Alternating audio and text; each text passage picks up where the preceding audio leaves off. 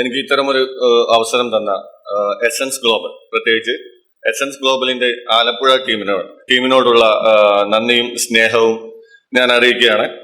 അതിലുപരിയായി ഈ ചുട്ടുപൊള്ളുന്ന വെയിലിൽ ഉച്ചയ്ക്ക് ഒരു ഭക്ഷണമൊക്കെ കഴിച്ച് ഒരു മയക്കത്തിലേക്ക് വീഴാമെന്ന്, ഒരു ഞായറാഴ്ച ലീവാണ്, വീഴാമെന്ന് കരുതി ഇരുന്നിട്ട് അതിനെല്ലാം മാറ്റിവെച്ചുകൊണ്ട് സ്വതന്ത്ര ചിന്തയുടെയും വിമർശനാത്മക കാഴ്ചപ്പാടുകളുടെയും പ്രാധാന്യം മനസ്സിലാക്കിക്കൊണ്ട് ഈ ഒരു പ്രോഗ്രാം കാണുവാനും കേൾക്കുവാനും വന്ന എല്ലാവരോടും ഞാൻ എൻ്റെ സ്നേഹവും കടപ്പാടും അറിയിക്കുകയാണ്. പ്രത്യേകിച്ച് ഈ ആലപ്പുഴയിലെ ചേർത്തലയിലെ ഈ മണ്ണിൽ നിൽക്കുമ്പോൾ നമ്മൾ എല്ലാവരുടെയും ചുണ്ടിൽ തത്തിക്കളിച്ചിട്ടുള്ള ഒരു പഴയ പാട്ടുണ്ട്, മനുഷ്യൻ മതങ്ങൾ സൃഷ്ടിച്ചു, മതങ്ങൾ ദൈവങ്ങൾ സൃഷ്ടിച്ചു എന്നുള്ളത്. നമ്മുടെ എല്ലാവരുടെയും ചുണ്ടിൽ ഈ പാട്ട് തത്തിക്കളിച്ചിട്ടുണ്ടായിരുന്നുവെങ്കിലും നമ്മൾ എല്ലാവരും മതങ്ങളിലേക്കും ദൈവങ്ങളിലേക്കും ചുരുണ്ടുപോകുന്ന ഒരു കാഴ്ചയാണ് പിന്നീട് നമ്മൾ കണ്ടത്. അതിൽ നിന്ന് വിരുദ്ധമായിട്ട്, അതിന് വിപരീതമായിക്കൊണ്ട് സമൂഹത്തെ മുന്നോട്ട് നയിക്കുവാൻ വേണ്ടി ശ്രമിക്കുന്ന അല്ലെങ്കിൽ ശ്രമിച്ചുകൊണ്ടിരിക്കുന്ന ഒരു സംഘടനയാണ് എസൻസ് ഗ്ലോബൽ. അത് നമുക്കെല്ലാവർക്കും അറിയാവുന്നതാണ്. ആ സംഘടന, ആലപ്പുഴയിലെ ആ സംഘടനയുടെ ഫ്ലാഗ്ഷിപ്പ് പ്രോഗ്രാമായിട്ടുള്ള ഗെയിം ചേഞ്ചറിലേക്ക് എല്ലാവരെയും ഒരിക്കൽ കൂടി സ്വാഗതം ചെയ്തുകൊണ്ട് ഞാൻ വിഷയത്തിലേക്ക് കടക്കുകയാണ്.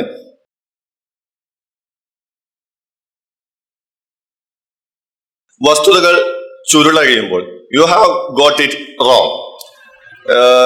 എന്റെ നാട്ടിൽ ഒരു കേലുവേട്ടന്റെ ചായക്കടയുണ്ട്. അപ്പൊ ഈ കേലുവേട്ടന്റെ ചായക്കടയുടെ ഒരു പ്രത്യേകത ഉണ്ട്. അവിടെയുള്ള സ്പെഷ്യൽ ഐറ്റമാണ് വല്യായും ചിരട്ടവിലും എന്ന് പറയും. വല്യായ എന്ന് പറഞ്ഞാൽ വേറെ ഒന്നുമല്ല, വലിയൊരു ഗ്ലാസ്സിൽ അദ്ദേഹം ചായ കൊണ്ടുതരും. സാധാരണ നോർമൽ ഗ്ലാസ്സിനേക്കാൾ വലിയ ഗ്ലാസ്സിലാണ് അദ്ദേഹം ചായ കൊണ്ടുതരിക. ഈ ചിരട്ടവിൽ എന്ന് പറഞ്ഞാൽ നല്ല ശർക്കരയും തേങ്ങയും ഒക്കെ ഇട്ട് കുഴച്ച അവില് ചിരട്ടയിലാക്കിയിട്ട് അദ്ദേഹം മുന്നിലെ പ്ലേറ്റിൽ കൊണ്ടുപോയി തട്ടിത്തരും. അങ്ങനെ വല്യായും ചിരട്ടവിലും എന്നുള്ള ഒരു കോമ്പിനേഷൻ ഉണ്ട്. അപ്പൊ നാട്ടിലുള്ള കാരണവന്മാരൊക്കെ ഈ അവരുടെ രാഷ്ട്രീയവും അരാഷ്ട്രീയവുമായിട്ടുള്ള കാര്യങ്ങൾ ചർച്ച ചെയ്യുന്നത് കേലേട്ടന്റെ ചായപ്പീടിയയിലെ ബെഞ്ചിൽ ഇരുന്നുകൊണ്ടാണ്.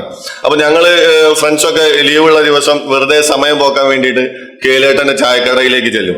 അപ്പൊ കഴിഞ്ഞ കുറച്ച് ദിവസങ്ങൾക്ക് മുൻപ് കേലേട്ടന്റെ ചായക്കടയിൽ നിന്ന് വല്യായും ചിരട്ടവിലും കഴിച്ചുകൊണ്ടിരിക്കുമ്പോഴാണ് അപ്പുറത്തുള്ള കുറെ കാരണവന്മാര് കൂടിയിരുന്നിട്ടുള്ള വലിയ ഡിസ്കഷൻ നടക്കുന്നത്. ആ ഡിസ്കഷനിലെ പ്രധാന ഒരു കൺക്ലൂഷനിലേക്ക് എത്തിയത്, അവർ പറയുന്നത് എന്താണെന്ന് വെച്ചാല്,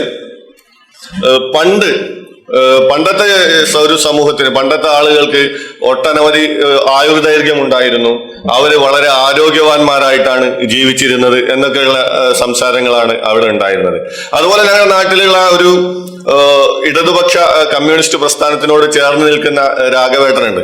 അപ്പൊ ഈ രാഘവേട്ടൻ എപ്പോ സംസാരിക്കുകയാണെങ്കിലും അദ്ദേഹത്തിന്റെ പ്രധാന പ്രശ്നമായിട്ട് അദ്ദേഹത്തിന്റെ സംസാരത്തിലേക്ക് വരുന്നത് സമ്പത്തെല്ലാം ഒരിടത്ത് കേന്ദ്രീകരിച്ച് വെക്കുകയും അപ്പോൾ അതിസമ്പന്നന്മാരുടെ ഒരു ലോകം സൃഷ്ടിച്ചുകൊണ്ടിരിക്കുകയും അതേസമയം ലോകത്തിന്റെ മറ്റു വശത്ത് അതിദരിദ്രന്മാരുടെ എണ്ണം വളരെയധികം കൂടിക്കൊണ്ടിരിക്കുകയും ചെയ്യുന്നു എന്നുള്ള കാര്യമാണ്.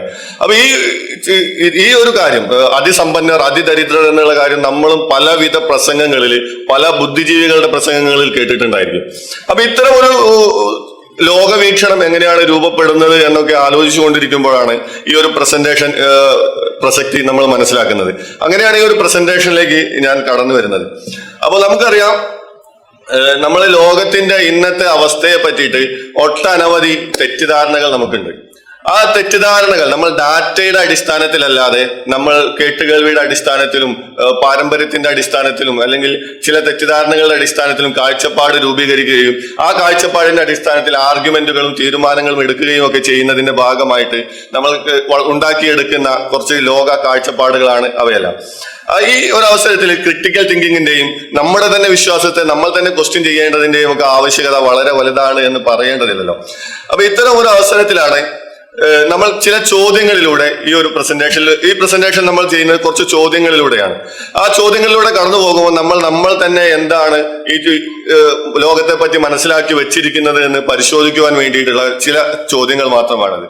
അപ്പൊ അതിൽ ആദ്യത്തെ ചോദ്യം ഇതാണ്: നമ്മുടെ ദരിദ്ര രാജ്യങ്ങൾ എന്ന് നമ്മൾ കണക്കാക്കുന്ന രാജ്യങ്ങളിൽ എത്രമാത്രം പെൺകുട്ടികൾ അവരുടെ പ്രൈമറി സ്കൂൾ ഫിനിഷ് ചെയ്യുന്നുണ്ട് എന്നുള്ള, പ്രൈമറി സ്കൂൾ പ്രാഥമിക വിദ്യാഭ്യാസം പൂർത്തീകരിക്കുന്നുണ്ട്. കുറെ ദരിദ്ര രാജ്യങ്ങൾ നമുക്കറിയാം. ആ രാജ്യങ്ങളിലെ പ്രാഥമിക വിദ്യാഭ്യാസം പൂർത്തീകരിക്കുന്ന പെൺകുട്ടികളുടെ ശതമാനം 20%, ഓപ്ഷൻസ് ആണ് 20%, 40%, 60%. നമ്മൾ നമ്മുടെ ഉള്ളിലേക്ക് ഒരു ഉത്തരം കൊണ്ടുവരും, ഇതിൽ ഏതായിരിക്കും കറക്റ്റ് ആൻസർ എന്നുള്ളത്. അതിന്റെ ഒരു ഒഫീഷ്യൽ ഡാറ്റയാണ്, വേൾഡ് ബാങ്കിന്റെ ഡാറ്റയാണ് ഇവിടെ കാണിച്ചിരിക്കുന്നത്. ഏകദേശം വേൾഡ് ബാങ്കും UN-ന്റെ ഒഫീഷ്യലായിട്ട് UN-ന്റെ സ്കൂൾ ഡാറ്റ പുറത്തുവിടുന്ന യുനെസ്കോയൊക്കെ പറയുന്നത് ലോ ഇൻകം കൺട്രീസിൽ ഏകദേശം 63.2% പെൺകുട്ടികളും അവരുടെ പ്രൈമറി വിദ്യാഭ്യാസം പൂർത്തീകരിക്കുന്നുണ്ട് എന്നുള്ളതാണ്. നിങ്ങളിൽ എത്ര പേര് ഇത്ര ആലോചിച്ചിട്ടുണ്ടായിരിക്കും? 63%, വെറും ദരിദ്ര രാജ്യങ്ങളിലെ 63% പെൺകുട്ടികളും ഈ പ്രാഥമിക വിദ്യാഭ്യാസം പൂർത്തീകരിക്കുന്നുണ്ട് എന്ന് എത്ര പേർ കരുതിയിട്ടുണ്ടാകുമെന്ന് വെറുതെ ഒന്ന് ആലോചിച്ച് നോക്കാം. ആൻഡ് അതേസമയം ഇതിന് പുറത്തു നിൽക്കുന്ന കുറച്ച് രാജ്യങ്ങളുണ്ട്. ഉദാഹരണമായിട്ട് പറയുകയാണെങ്കിൽ അഫ്ഗാനിസ്ഥാനിലും സൗത്ത് സുഡാനിലും അത് 20% മാത്രമാണ്. 20% പെൺകുട്ടികൾ മാത്രമാണ് അവരുടെ പ്രാഥമിക വിദ്യാഭ്യാസം പൂർത്തീകരിക്കുന്നത്. ഇത് വളരെ ഹൊറിബിൾ നമ്പറാണ്, നമുക്ക് ചിന്തിക്കാൻ പോലും പറ്റില്ല. നമ്മൾ ചുറ്റും ഒന്ന് നോക്കുമ്പോൾ തന്നെ നമുക്ക് ഞെട്ടലുണ്ടാക്കുന്ന ഒരു വാർത്തയാണ്. വെറും 20% പെൺകുട്ടികൾ മാത്രമാണോ ഈ അഫ്ഗാനിസ്ഥാനിലൊക്കെ പ്രൈമറി വിദ്യാഭ്യാസം പൂർത്തീകരിക്കുന്നു എന്നുള്ളത്. പക്ഷെ ഇവിടെയും നമുക്ക് പ്രതീക്ഷയ്ക്ക് വകയുള്ളത് എന്താണെന്ന് വെച്ചാൽ അഫ്ഗാനിസ്ഥാനിലെയും സുഡാനിലെയും പെൺകുട്ടികളുടെ ആകെ എണ്ണം എന്ന് പറയുന്നത് ലോകത്തിലെ ആകെ പെൺകുട്ടികളുടെ 2% മാത്രമാണ്. അത്രയും കുറഞ്ഞ പെൺകുട്ടികളുടെ എണ്ണമാണ് അവിടെയുള്ളത്. അപ്പൊ അവിടെ വളരെ കുറഞ്ഞ പെൺകുട്ടികളേ ഉള്ളൂ. ലോകത്തിലെ ബാക്കി എല്ലാ രാജ്യങ്ങളിലും നോക്കുമ്പോൾ അത് വളരെ വലിയ ഒരു നമ്പറാണ് എന്ന് നമുക്ക് മനസ്സിലാക്കാം. ബേസിക്കായിട്ട് നമ്മൾ മനസ്സിലാക്കേണ്ട ഒരു കാര്യം എന്താണെന്ന് വെച്ചാൽ, നമ്മൾ ദരിദ്ര രാജ്യങ്ങൾ എന്ന് നമ്മൾ കരുതുന്ന രാജ്യങ്ങളെല്ലാം തന്നെ അവര് കുറെ കൂടി മുന്നോട്ട് പോയിട്ടുണ്ട് എന്നുള്ളതാണ്. അവരുടെ അടിസ്ഥാന സൗകര്യ വികസനം കുറച്ചുകൂടി മികച്ച രീതിയിൽ മുന്നോട്ട് പോയിട്ടുണ്ട് എന്നുള്ളതാണ് നമ്മൾ മനസ്സിലാക്കേണ്ടത്. മറ്റൊരു ചോദ്യത്തിലേക്ക് വരുമ്പോൾ, ലോക ജനസംഖ്യയിൽ ഭൂരിഭാഗം ജീവിക്കുന്നത് ഏത് തരം രാജ്യങ്ങളിലാണ് എന്നുള്ളതാണ്. നമ്മൾ പൊതുവെ കേൾക്കുന്ന ദരിദ്ര രാജ്യങ്ങൾ, സമ്പന്ന രാജ്യങ്ങൾ, അതുപോലെ മിഡിൽ ഇൻകം രാജ്യങ്ങൾ, അതിന്റെ മധ്യത്തിലുള്ള രാജ്യങ്ങൾ. നമ്മളൊന്ന് ആലോചിച്ച് നോക്കുമ്പോൾ നമ്മൾ മനസ്സിലേക്ക് ആദ്യം എത്തുന്ന ഉത്തരം ദരിദ്ര രാജ്യങ്ങൾ എന്നായിരിക്കുമെന്നാണ് എനിക്ക് തോന്നുന്നത്. കാരണം നമ്മൾ ബുദ്ധിജീവി പ്രസംഗത്തിൽ നിരന്തരം കേൾക്കുന്നതാണ് ദരിദ്ര രാജ്യങ്ങളുടെ സാമ്പത്തിക കുത്തകകളുടെ പ്രശ്നങ്ങളെ പറ്റിയിട്ട്. അപ്പം നമ്മുടെ ഉള്ളിലേക്ക് വരുന്ന ഉത്തരം അതാണെങ്കിലും യഥാർത്ഥ ഉത്തരം എന്ന് പറയുന്നത് ഭൂരിഭാഗം ജനങ്ങളും ജീവിക്കുന്നത് മിഡിൽ ഇൻകം കൺട്രീസിലാണ്. ഇന്ന് നമ്മൾ ഈ സെക്ഷൻ ദരിദ്ര രാജ്യങ്ങൾ, സമ്പന്ന രാജ്യങ്ങൾ എന്ന തരത്തിലുള്ള ഒരു ഡിവിഷൻ തന്നെ ഇന്ന് യാതൊരു പ്രസക്തിയും ഇല്ലാത്തതാണ്. അത്തരം ഒരു ഡിവിഷൻ ഇന്ന് നിലനിൽക്കുന്നില്ല. ഇന്ന് നമുക്ക് ലോകത്തെ മൊത്തം വിശകലനം ചെയ്യുമ്പോൾ നമുക്ക് ഈ ആളുകൾ ജീവിക്കുന്നതിന് രാജ്യങ്ങളെ 4 ലെവലുകളാക്കി തിരിക്കാമെന്നുള്ളതാണ് ഡാറ്റകൾ പറയുന്നത്. അതിൽ ലെവൽ 1 എന്ന് പറയുന്നത് $2 താഴെ മാത്രം അധ്വാനത്തിന് പ്രതിഫലം കിട്ടുന്ന ജനങ്ങൾ ജീവിക്കുന്ന രാജ്യങ്ങളാണ്. അതായത് ഏകദേശം $2 എന്നൊക്കെ പറയുമ്പോൾ ഏകദേശം 200 രൂപയോളം വരുമെന്ന് തോന്നുന്നു.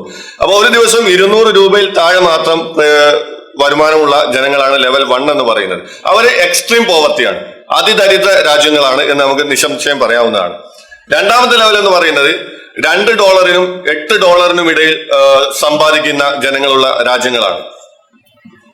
ലോകത്തിന്റെ പകുതിയോളം ജനങ്ങൾ, ലോക ജനസംഖ്യയുടെ പകുതിയോളം ഈ ലെവലിലാണ് താമസിക്കുന്നത്.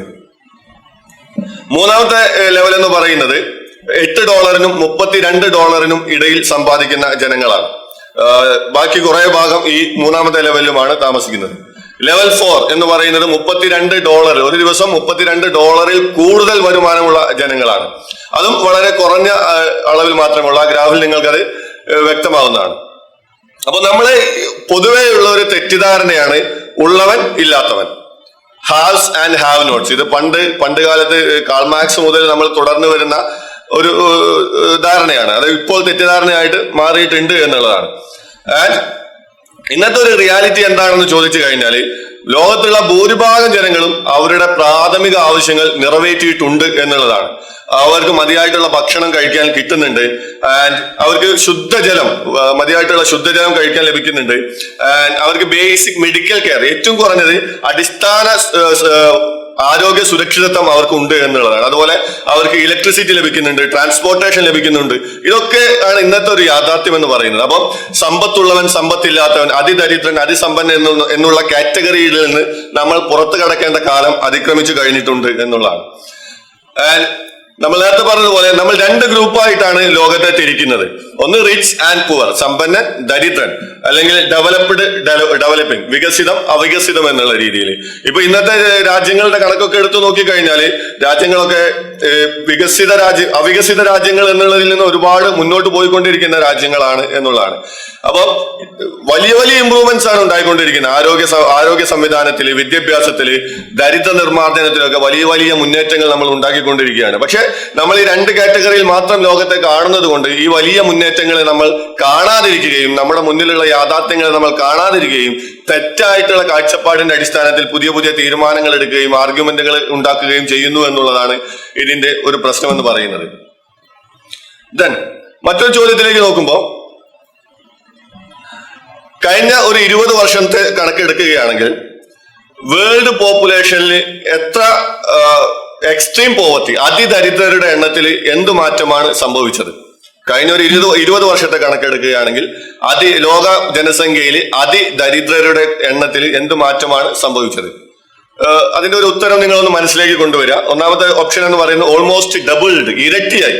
അതിദരിദ്രരുടെ എണ്ണം ഇരട്ടിയായോ? And remained more or less the same, ഏകദേശം സെയിം ആണ്, വലിയ വ്യത്യാസമൊന്നുമില്ല. ഓൾമോസ്റ്റ് ഹാഫ്, പകുതിയായി കുറഞ്ഞു. ഏതായിരിക്കും കറക്റ്റ് ആയിട്ടുള്ള ആൻസർ എന്നാണ് നിങ്ങൾ കരുതുന്നത്? ആൻഡ് ഇതാണ് അതിന്റെ കറക്റ്റ് ആൻസർ. വേൾഡ് ബാങ്കിൽ നിന്നും ഗ്യാപ് മൈൻഡർ ഒക്കെ കോൺട്രിബ്യൂട്ട് ചെയ്യുന്ന ഡാറ്റയാണ്. കുറച്ച് 2017 ഡാറ്റയാണ്, ഒരു 5-6 വർഷം മുൻപുള്ള ഡാറ്റയാണ്. എന്നാലും അത് വളരെയധികം പുരോഗമനം. 1885% ജനങ്ങൾ അതിദരിദ്രരായിരുന്ന ഒരു കാലഘട്ടമായിരുന്നു. 1900 അതിദരിദ്ര എന്ന് പറഞ്ഞാൽ നമ്മൾ നേരത്തെ പറഞ്ഞതാണ് ലെവൽ 1 ജീവിക്കുന്ന ജനങ്ങളാണ്, ലെവൽ 1 കൺട്രീസിലാണ്. അതായത് ദിവസം 200 രൂപയ്ക്ക് അല്ലെങ്കിൽ $2 താഴെ മാത്രം സമ്പാദിക്കുന്ന ജനങ്ങളാണ്. 1900 ആ ഗ്രാഫ് നോക്കിയാൽ മനസ്സിലാക്കാം. 1966 എത്തിയപ്പോഴേക്കും 50% ജനങ്ങളും അതിദരിദ്രത്തിൽ നിന്ന് മുക്തരായിട്ടുണ്ട്. 2017 എത്തിയപ്പോഴേക്കും വെറും 9% ജനങ്ങൾ മാത്രമാണ് അതീവ ദരിദ്രരായിട്ട് ജീവിക്കുന്നത് എന്നുള്ളതാണ്. നമ്മൾ ചിന്തിക്കുന്നതിനേക്കാൾ കഴിഞ്ഞ ഒരു 20 വർഷത്തിലെ സയൻസികമായിട്ടും അല്ലാതെ സാമൂഹികമായിട്ടുമുള്ള മുന്നേറ്റങ്ങൾ അതീവ വേഗത്തിലാണ് ദാരിദ്ര്യത്തെ കുറച്ചിട്ടുള്ളത്. 1997 29.5% 2017 എത്തുമ്പോൾ ഒരു 20 വർഷത്തിനിടയ്ക്ക് 9.1% കുറഞ്ഞു എന്നുള്ള വളരെ പോസിറ്റീവായിട്ടുള്ള ഒരു ന്യൂസ് ആണ് പങ്കുവെക്കുന്നത്.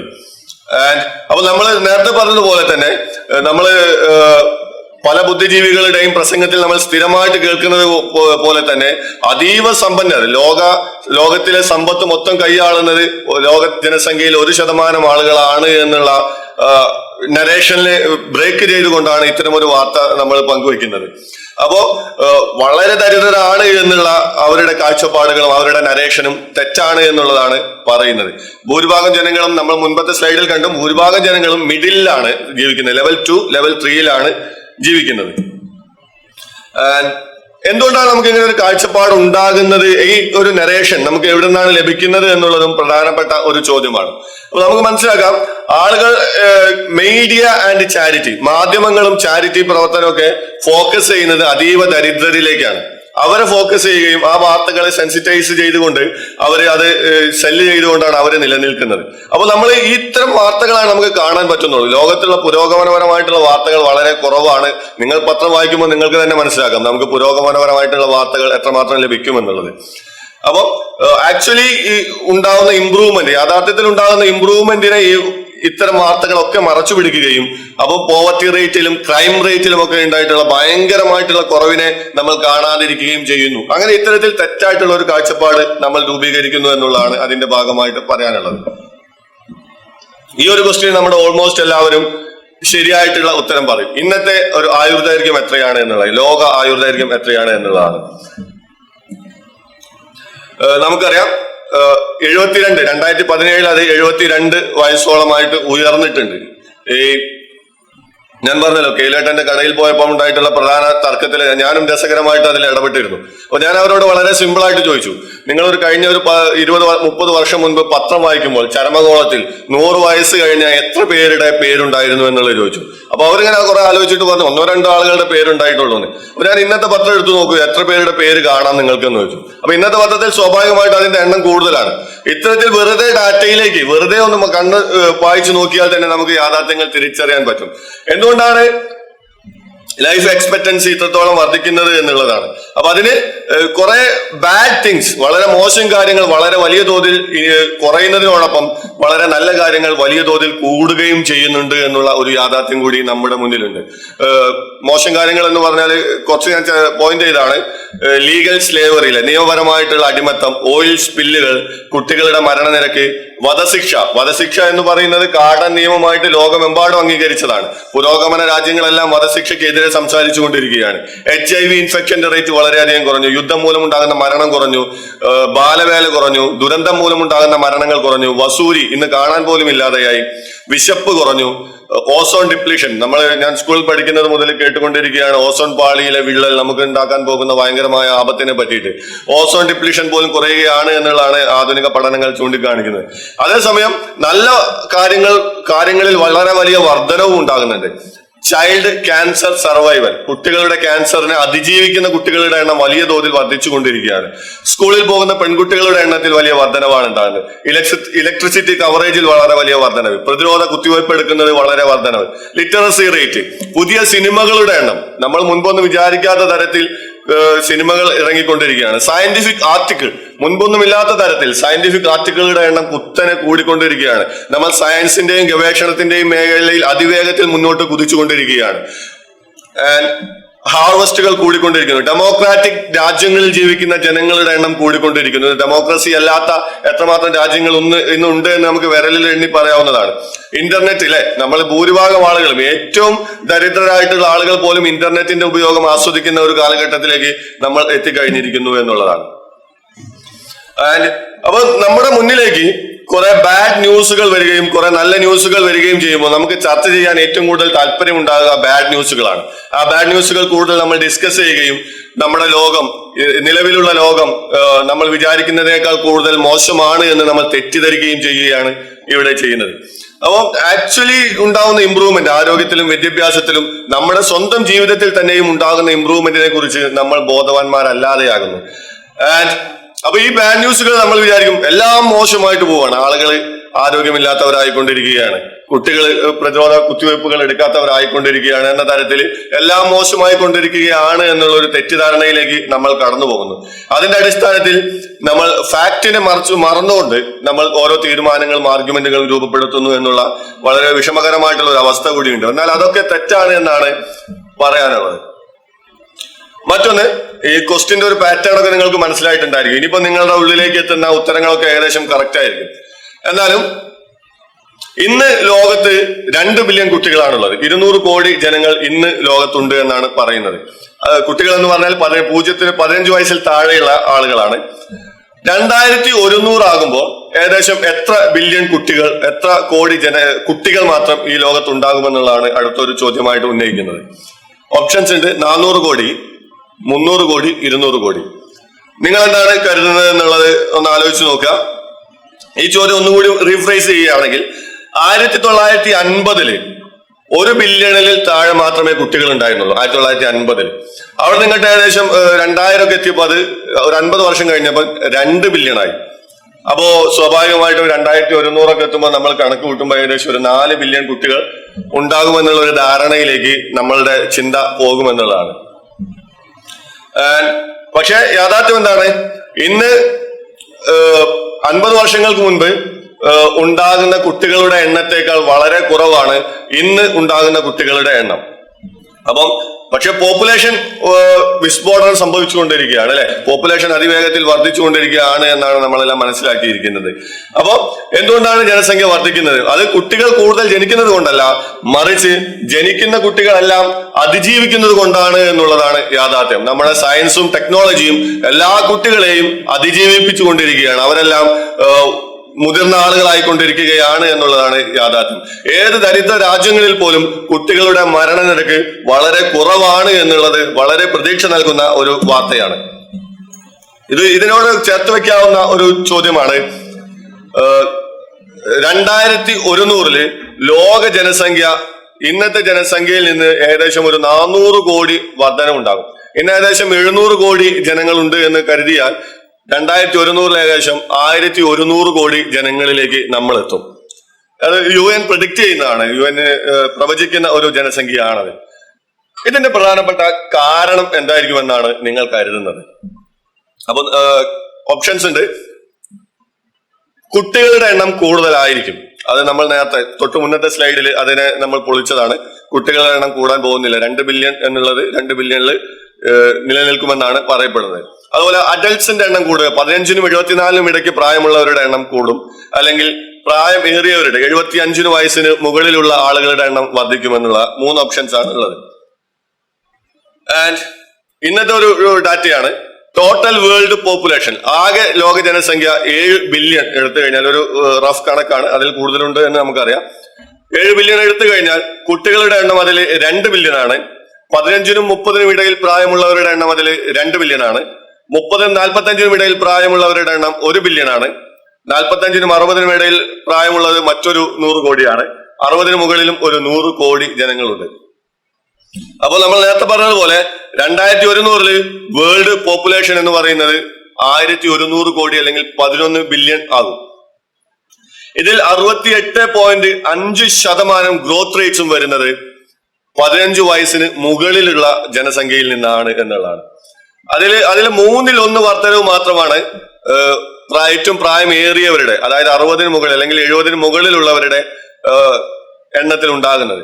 കുട്ടികളുടെ എണ്ണമാണെങ്കിൽ 0.5% വർധനവ് മാത്രമേ ഉണ്ടാവുകയുള്ളൂ എന്നുള്ളതാണ്. നിലവിലുള്ള കുട്ടികളോട് 17.5 മില്യൺ കുട്ടികളുടെ എണ്ണം മാത്രമാണ് 2100 ആഡ് ചെയ്യപ്പെടുക. അപ്പൊ എന്തുകൊണ്ടാണ് ഇങ്ങനെ സംഭവിക്കുന്നത് എന്നുള്ളതാണ്. നമ്മൾ ജസ്റ്റ് ഒന്ന് ആലോചിച്ച് നോക്കാം. ലോകത്ത് നമ്മൾ കൃഷി ആരംഭിക്കുന്ന സമയത്ത് നമ്മൾ വെറും 10,000 ജനങ്ങളാണ് ഉണ്ടായിരുന്നത് എന്നാണ് പറയപ്പെടുന്നത്. അവിടുന്ന് ഏകദേശം 1800 എത്തി നമ്മൾ 100 കോടിയിലേക്ക് എത്താൻ. 1800 എത്തി, വളരെയധികം വർഷങ്ങൾ എടുത്തു 100 കോടിയിലേക്ക് എത്താൻ. അവിടുന്ന് 1930-ലാണ് നമ്മൾ 200 കോടി എത്തുന്നത്. 1960 ഏകദേശം 300 കോടിയായി. 74 400 കോടിയായി. പിന്നീട് 10 വർഷത്തിലധികം 10, 11, 12 വർഷത്തിലൊക്കെ 100 കോടി ജനങ്ങളുടെ വർധനം ഉണ്ടായിട്ടുണ്ട്. ഇപ്പൊ 2011 നമ്മൾ 7 ബില്യൺ 700 കോടിയായിട്ട് നിൽക്കും. ഈ ഒരു വളർച്ച തുടരുകയാണെങ്കിൽ 2035 നമ്മൾ 9 ബില്യൺ 900 കോടിയാവും. 2046 10 ബില്യൺ ആയിരിക്കും. 2104 15 ബില്യൺ ആയിരിക്കും. 1500 കോടിയോളം വരുമെന്നുള്ളതാണ്. ഇങ്ങനെ ഒരു വളർച്ചാ നിരക്ക് കൂടുകയാണെങ്കിൽ നടക്കുന്നത്. പക്ഷേ വളർച്ച ഇങ്ങനെ ഒരു സ്ട്രെയിറ്റ് ലൈനായിട്ട് ഇങ്ങനെ കൂടിക്കൊണ്ടിരിക്കുകയല്ല എന്നുള്ളതാണ് ഒരു യാഥാർത്ഥ്യം എന്ന് പറയുന്നത്. നമ്മളെല്ലാവരും പലപ്പോഴും വിചാരിക്കുന്നത് ഒരു യാത്ര പോകുമ്പോൾ അതിങ്ങനെ നേരെ പോയിക്കോളും, നേരെ കുത്തനെ പോയിക്കോളും എന്നൊക്കെയാണ്. കുറയുമ്പോൾ കുത്തനെ കുറയും. ആ ഒരു സ്ട്രെയിറ്റ് ലൈൻ എന്നുള്ള ഒരു ബോധം നമ്മുടെ പലരുടെയും ഉള്ളിലുണ്ട് എന്നുള്ളതാണ്. അപ്പൊ ഇത് ഫാക്റ്റുകളെ മറികടക്കാൻ, ഫാക്റ്റുകളെ നമ്മൾ കാണാതെ ആവുകയും അതിന്റെ ഭാഗമായിട്ട് തെറ്റായ പ്രഡിക്ഷനിലേക്ക് നമ്മൾ ചെന്നെത്തുകയും ചെയ്യും. നമ്മുടെ ഭാവി ജീവിതം ജനങ്ങൾക്ക് തിങ്ങി നിറഞ്ഞ ഒരു ഭാവി ജീവിതത്തിലേക്കാണ് നമ്മൾ പോകുന്നത്, നമുക്ക് അതീവ ബുദ്ധിമുട്ടുണ്ടാകാൻ പോവുകയാണ് എന്നുള്ള രീതിയിലേക്ക് നമ്മൾ എത്തിച്ചേരുകയും ചെയ്യുമെന്നുള്ളതാണ്. ഇത്തരമൊരു ഹാബിറ്റിനെ, നമ്മുടെ ജനസംഖ്യയുടെ എണ്ണം മറ്റു കാര്യങ്ങളുമൊന്നും ഒരു നേർരേഖയിൽ സഞ്ചരിച്ചു കൊണ്ടിരിക്കുകയല്ല എന്ന തരത്തിലുള്ള ഒരു ഹാബിറ്റ് നമ്മൾ വളർത്തിയെടുക്കേണ്ടതുണ്ട്. വ്യത്യസ്തമായിട്ടുള്ള കാര്യങ്ങൾ പരിഗണിച്ചുകൊണ്ട് മാത്രമാണ് അത്തരം തീരുമാനങ്ങളിലേക്ക് നമ്മൾ എത്തേണ്ടത് എന്ന് നമ്മൾ മനസ്സിലാക്കേണ്ടതുണ്ട്. മറ്റൊരു കാര്യം ചർച്ച ചെയ്യാനുള്ളത്, പ്രകൃതി ദുരന്തങ്ങൾ നമ്മുടെ കയ്യിൽ അല്ലാത്ത കാര്യമാണ്. പ്രകൃതി ദുരന്തങ്ങൾ നിരന്തരം സംഭവിച്ചുകൊണ്ടിരിക്കുന്നുണ്ട്. പല വാർത്തകൾ നമ്മൾ കേൾക്കുന്നുണ്ട്. കഴിഞ്ഞ ഒരു 100 വർഷത്തെ കണക്കെടുക്കുകയാണെങ്കിൽ എന്തു മാറ്റമാണ് പ്രകൃതി ദുരന്തങ്ങൾ മൂലം മരണപ്പെടുന്നവരുടെ എണ്ണത്തിൽ ഉണ്ടായിട്ടുള്ളത് എന്നുള്ളതാണ് മറ്റൊരു ചോദ്യം എന്ന് പറയുന്നത്. ഇരട്ടിയായി, ഏകദേശം ഒരേപോലെയാണ്, പകുതിയിൽ താഴെയായി, കുറഞ്ഞു എന്നീ 3 ഓപ്ഷനാണ് മുന്നോട്ട് വെക്കുന്നത്. അതിന്റെ ഡാറ്റ കാണിക്കുന്ന ഒരു ഗ്രാഫാണ് അവിടെ കൊടുത്തിരിക്കുന്നത്. 1907, 1916 കാലഘട്ടത്തിൽ ഒരു വർഷം പ്രകൃതി ദുരന്തങ്ങളിൽ മരിച്ച ആളുകളുടെ എണ്ണം 3,25,000 ആയിരുന്നു. വളരെ വലിയ ഒരു തോതാണത്. 2007 2016 ആകുമ്പോൾ അത് 80,386 പക്ഷെ ഇതിൽ ഈ ഒരു വ്യത്യാസം, വളരെ വലിയൊരു വ്യത്യാസം കൂടിയുണ്ട്. 2007 2016 ലോക ജനസംഖ്യയിൽ 500 കോടി ജനങ്ങൾ കൂട്ടിച്ചേർക്കപ്പെട്ടു എന്നുള്ളതാണ്. ഈ 500 കോടി ജനങ്ങളുടെ വർധനവുണ്ടായിട്ടും പ്രകൃതി ദുരന്തങ്ങൾ കാരണമുള്ള മരണങ്ങളുടെ തോതിൽ വളരെ വലിയ കുറവുണ്ടായി എന്നുള്ളതാണ്. പിന്നീട് ഇങ്ങോട്ട് വരുമ്പോൾ 2010-16 കാലഘട്ടത്തിലൊക്കെ അതിന്റെ തോത് വളരെ അധികം കുറഞ്ഞിട്ടുണ്ട് എന്നുള്ളതാണ് നമ്മൾ മനസ്സിലാക്കുന്നത്. പ്രകൃതി ദുരന്തങ്ങളെ പ്രിഡിക്റ്റ് ചെയ്യാനും നടന്നു കഴിഞ്ഞാൽ അതിനെ ഹാൻഡിൽ ചെയ്യാനും അതിൽ നിന്ന് റിക്കവർ ചെയ്യാനും നമ്മൾ വളരെയധികം മികച്ച രീതിയിൽ മനസ്സിലാക്കിയിട്ടുണ്ട് എന്നുള്ളതാണ് ഇതിന്റെ പിന്നിലുള്ള ഒരു വാസ്തവം. എത്ര വലിയ ജനസംഖ്യ ഉണ്ടെങ്കിലും പ്രകൃതി ദുരന്തങ്ങളെ നമ്മൾ വളരെ മികച്ച രീതിയിൽ മറികടന്നുകൊണ്ടിരിക്കുകയാണ് എന്നുള്ള വളരെ പോസിറ്റീവായിട്ടുള്ള ഒരു വാർത്തയാണ് ഇത് നമുക്ക് സമ്മാനിക്കുന്നത്. പ്രകൃതി ദുരന്തങ്ങളുടെ കാര്യത്തിൽ മാത്രമല്ല, യുദ്ധത്തിലുണ്ടാകുന്ന മരണങ്ങൾ, നമ്മൾ യുദ്ധത്തിനെ കുറിച്ച് നിരന്തരം കേട്ടുകൊണ്ടിരിക്കുകയാണ്, ഇപ്പോഴും കേട്ടുകൊണ്ടിരിക്കുന്നുണ്ട്. യുദ്ധത്തിലുണ്ടാകുന്ന മരണങ്ങൾ, ആ മരണനിരക്കും വളരെയധികം കുറഞ്ഞുകൊണ്ടിരിക്കുകയാണ് എന്നുള്ളതാണ് യാഥാർത്ഥ്യം. 1940-കളിൽ 2 ലോകമായുധമൊക്കെ വന്നപ്പം, ആ ഗ്രാഫ് ശ്രദ്ധിച്ചാൽ എനിക്ക് മനസ്സിലായി, 2 ലോകമായുധങ്ങളൊക്കെ വന്നപ്പോൾ ഈ മരണനിരക്ക് വളരെ കുത്തനെ കൂടിയിരുന്നു. പിന്നീട് 2016 എത്തുമ്പം അത് വളരെ അധികം കുറഞ്ഞിട്ടുണ്ട് എന്നുള്ളതാണ് ആ ഗ്രാഫിൽ നിന്ന് വ്യക്തമാകുന്നത്. അതുപോലെ പ്ലെയിൻ ആക്സിഡന്റുകൾ, അതും വളരെയധികം തോതിൽ കുറഞ്ഞിട്ടുണ്ട്. 1929-33 ഉണ്ടാവുന്നത് നമുക്ക് കാണാം. അതിൽ നിന്ന് 2012-16 എത്തുമ്പോൾ അത് വളരെയധികം കുറഞ്ഞിട്ടുണ്ട് എന്നുള്ളതാണ്.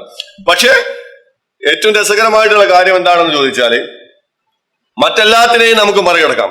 പ്രകൃതി ദുരന്തങ്ങൾ മൂലമുണ്ടാകുന്ന ബുദ്ധിമുട്ടുകളെ നമ്മൾ മറികടക്കും, യുദ്ധങ്ങൾ മൂലമുണ്ടാകുന്ന ബുദ്ധിമുട്ടുകളെ നമ്മൾ മറികടക്കും. മറ്റെല്ലാ ബുദ്ധിമുട്ടുകളെയും നമ്മൾ മറികടന്നാലും മതം ഉൽപ്പാദിപ്പിക്കുന്ന വിഷം ശ്വസിച്ചുകൊണ്ട്, മതം ഉൽപ്പാദിപ്പിക്കുന്ന മതത്തിന്റെ കൊലപാതകങ്ങളെ മറികടന്നുകൊണ്ട് നമുക്ക് പോകാൻ പറ്റില്ല എന്നുള്ളതാണ്.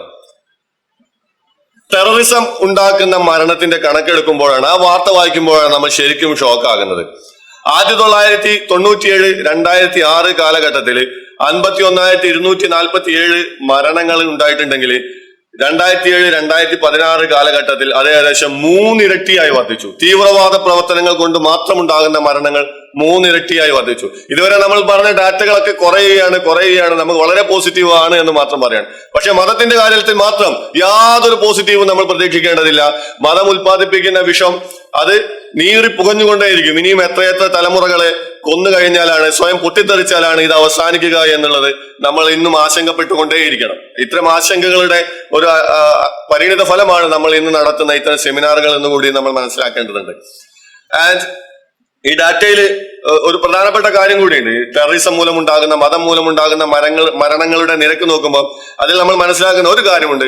ലെവൽ 4-ൽ താമസിക്കുന്നത്, ലെവൽ 4-ൽ ഏകദേശം ആദ്യത്തെ ഗ്രാഫ് കണ്ടാൽ നിങ്ങൾക്ക് മനസ്സിലാക്കാം. ലെവൽ 4-ൽ ഏകദേശം 4,000 ഡെത്തുകളാണ് ഉണ്ടായിരുന്നതെങ്കിൽ അത് 2007-2017 ആകുമ്പോൾ ഏകദേശം 1,000 എന്നായിട്ട് കുറയുന്നുണ്ട്. അത് 3 ഇരട്ടിയായിട്ട് കുറയുകയാണ് ചെയ്യുന്നത്. ലെവൽ 4 എന്ന് പറയുന്നത് ഏറ്റവും മികച്ച സൗകര്യത്തിൽ ജീവിക്കുന്ന, $32 കൂടുതൽ വരുമാനമുള്ള ജനങ്ങൾ ജീവിക്കുന്നതാണ്. അപ്പോ മികച്ച സൗകര്യങ്ങളും മികച്ച സാമൂഹിക സാമ്പത്തിക സാഹചര്യങ്ങളുമുള്ള ഒരു സമൂഹത്തിൽ മതത്തിന് വലിയ പ്രസക്തിയൊന്നും ഉണ്ടാവില്ല എന്നുള്ളതാണ് ഈ ഡാറ്റ കാണിക്കുന്നത്. അപ്പോ മതകീയമായിട്ടുള്ള രാജ്യങ്ങളിൽ ഈ മരണനിരക്കുകൾ വളരെ കൂടുകയും വളരെ ജനാധിപത്യ ബോധമുള്ള, വളരെ ആളുകൾ ജോലിക്ക് പോകുന്ന, വളരെ മികച്ച രീതിയിൽ ജീവിക്കുന്ന രാജ്യങ്ങളിൽ ഈ നിരക്ക് വളരെയധികം കുറയുകയും ചെയ്യുന്നുണ്ട് എന്നുള്ള ഇത്തരം വളരെ മോശമായിട്ടുള്ള വാർത്തക്കിടയിലും പോസിറ്റീവായിട്ടുള്ള ഒരു സാധനമെങ്കിലും ഉണ്ട് എന്നുള്ളത് ആലോചിച്ച് ആശ്വസിക്കുക മാത്രമേ നമുക്ക് നിവർത്തിയുള്ളൂ.